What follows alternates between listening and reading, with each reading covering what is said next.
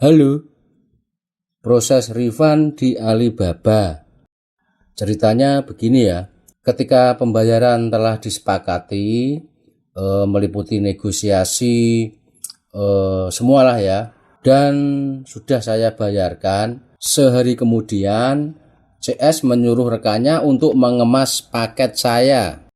Ternyata bagian tim gudang suppliernya bilang kosong.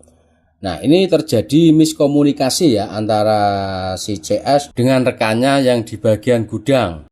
Nah, produk ini tergolong langka dan sudah tidak diproduksi lagi. Produk lama. Dan supplier ini tergolong reputasinya bagus ya. Sudah saya cek profilnya secara mendalam. Tapi masih tetap terjadi hal yang mengecewakan karena CS-nya memang kurang profesional ini ya. Tapi dia akan meminta waktu untuk mencarikan produk yang sama, harga yang sama pula di supplier lain. Itu biasa ya terjadi di supplier Alibaba itu.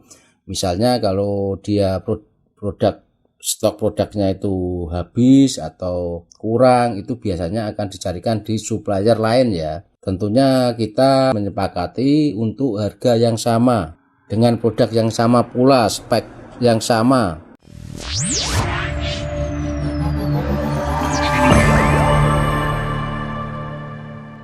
Kalau sudah terjadi begitu, teman-teman langsung siapkan screenshot bukti percakapan di WhatsApp atau obrolan pesan di Alibaba. Itu dua-duanya ya.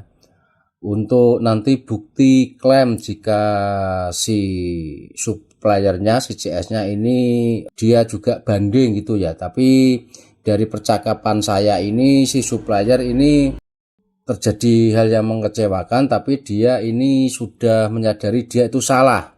Itu ya, karena reputasi pabriknya itu juga bagus. Nah, ini inti percakapan mengecewakan atau kedukaan.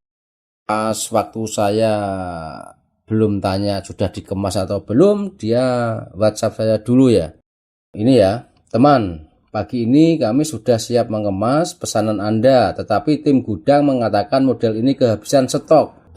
Kami sangat marah kepada mereka. Tetapi kami harus mencari pemasok lain yang sama tetapi harganya juga naik. Nah, ini perlu pertimbangan ya.